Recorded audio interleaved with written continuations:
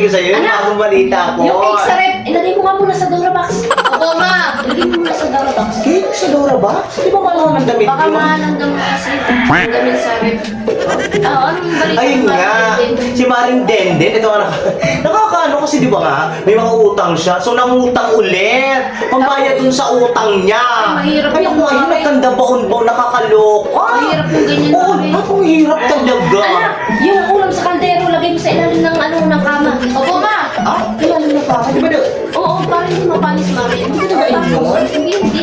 O tapos yun na nga, di, ngayon ang nangyari, di ba, ng utang, tapos binayad din dun sa utang. Eh di na ngayon nagkanda baon-baon ng lola mo, nakakaloka. Ma, yung relo mo dito. Ano yun, nak? Yung relo mo dito nawawala. Ha?